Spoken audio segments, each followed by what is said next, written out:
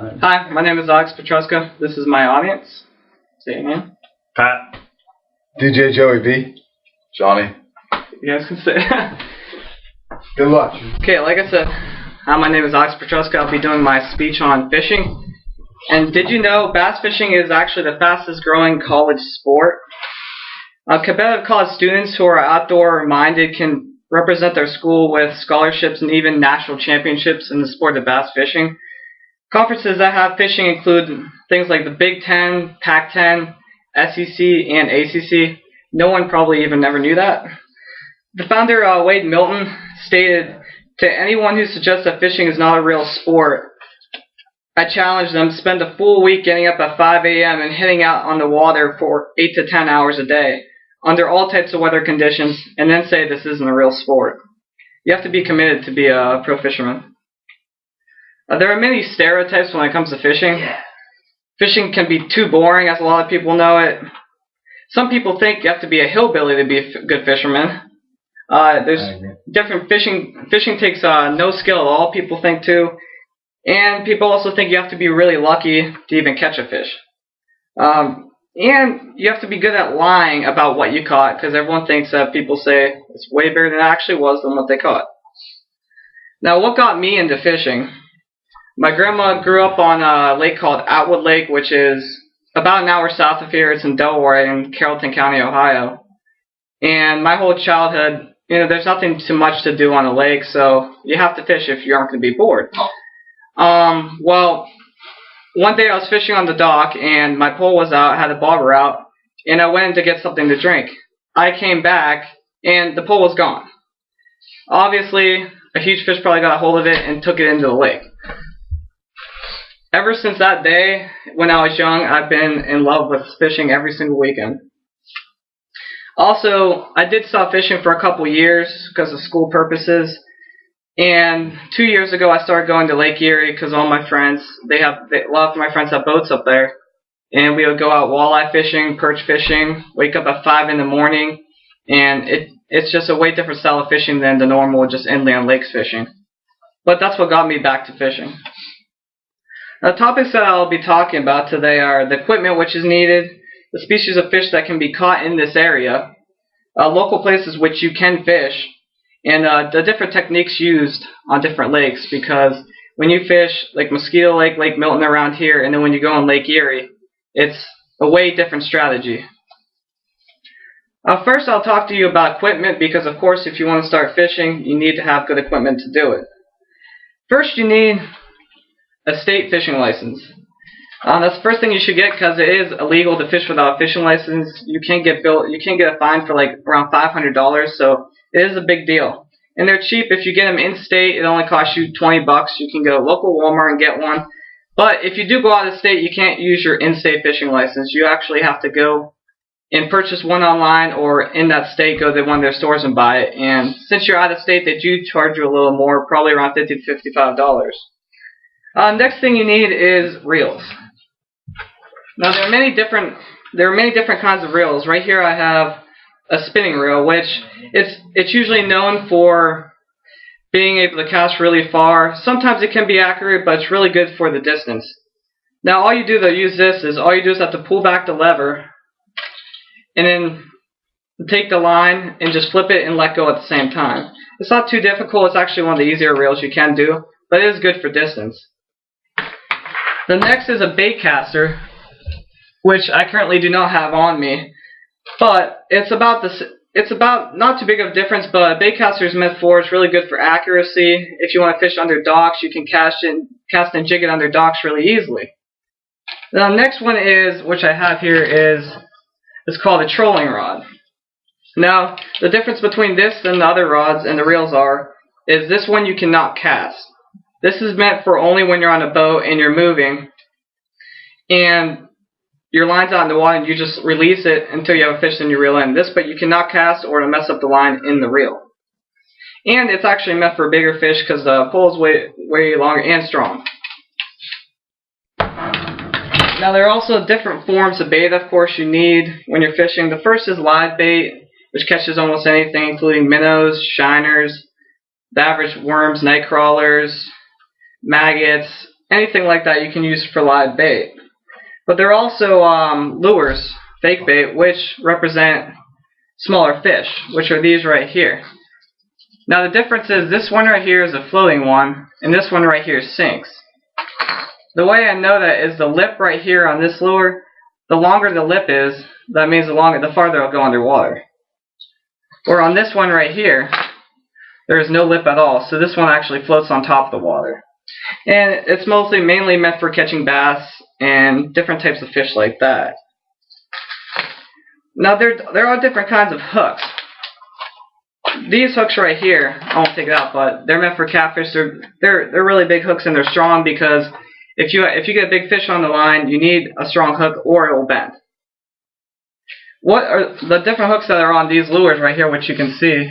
There's three, I don't know if you can see, but there's three hooks on the one hook right here. That's called a treble hook, and treble hooks are on all lures that you can buy in the store, and when a fish bites it, it makes it easier for them to stay on the hook than if you just had one hook. Next thing I'll talk about is there are many forms of fish which can be caught in this area. That includes bass, which is the major tournament fish around here that people in tournaments catch.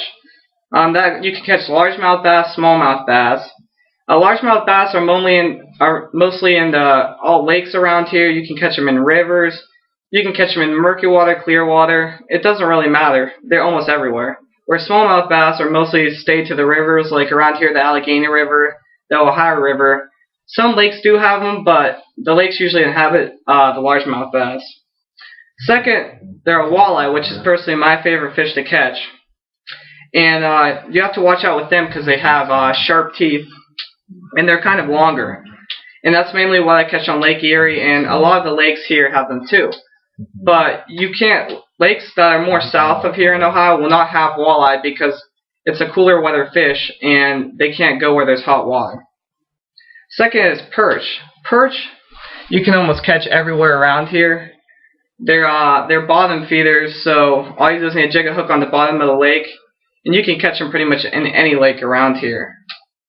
There's also catfish every single place you go, in rivers, lakes. They live everywhere, and they're also bottom feeders. You do catch catfish with different types of bait, though. You catch them with like chicken liver. You can use hot dogs.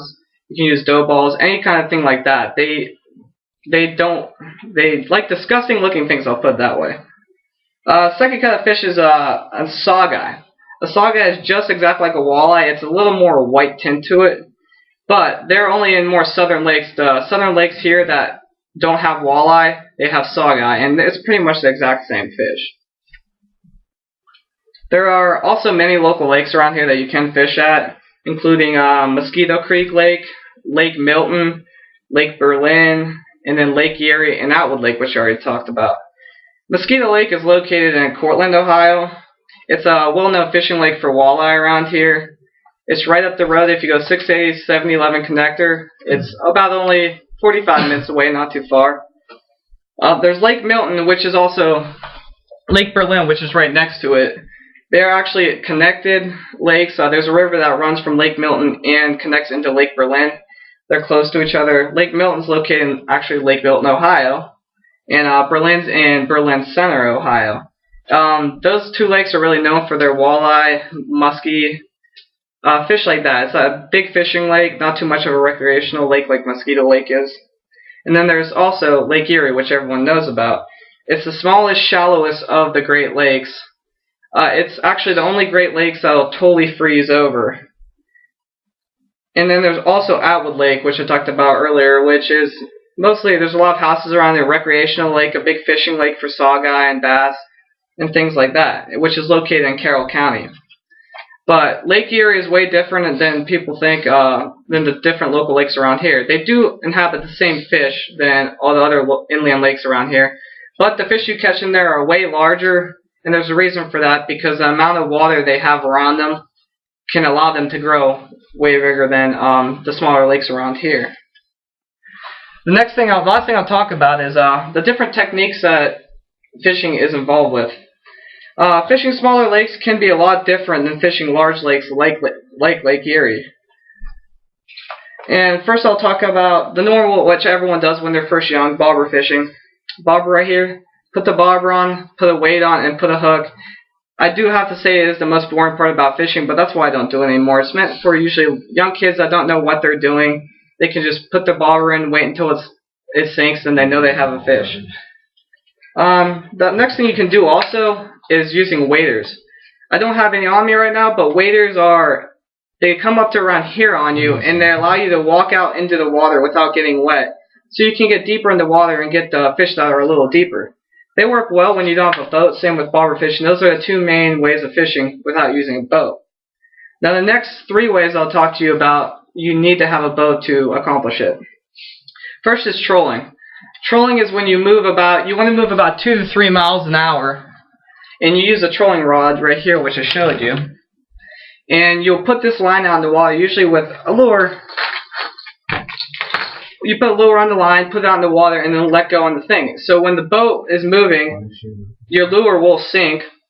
And I mean, it's a good way to get a lot of fish, get around the lake, and you aren't just staying in one spot. Your lure is actually moving the water as you move in the boat. The other way is using dipsy divers. Hopefully you can see I have a picture of a dipsy diver right here. Now dipsy divers are really good because walleye especially can be scared of the boat engine when you're trolling, and you want to get it wide. You want to get the line wide out to the end of the boat, because if it's right behind it, they'll get scared of the motor. Now dipsy divers right here, you attach one end of the line to there, and then you attach the other one to any kind of spoon or any kind of jig, anything like that. And this round piece right here, when it sinks, it has an edge on it that will actually take your lure all the way to the side of the boat and keep it underwater. Now this really works good, because if you have a lot of lines on the back of the boat, many times it can get tangled up like that, and dipsy divers allow you to have sometimes even 12 lines out when we're on Lake Erie at the same time, which gives you a way better opportunity of catching a lot of fish. The next thing that really works well on Lake Erie is something called planter boards.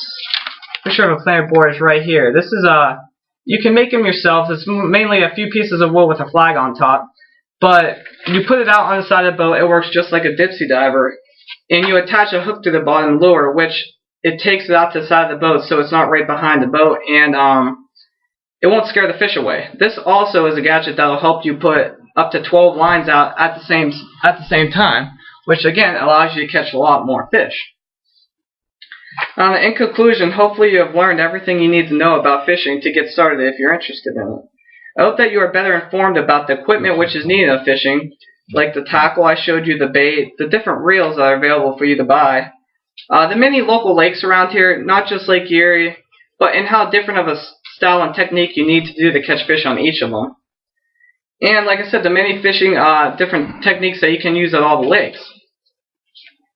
And thank you for listening to my speech. Have a nice day. Yeah.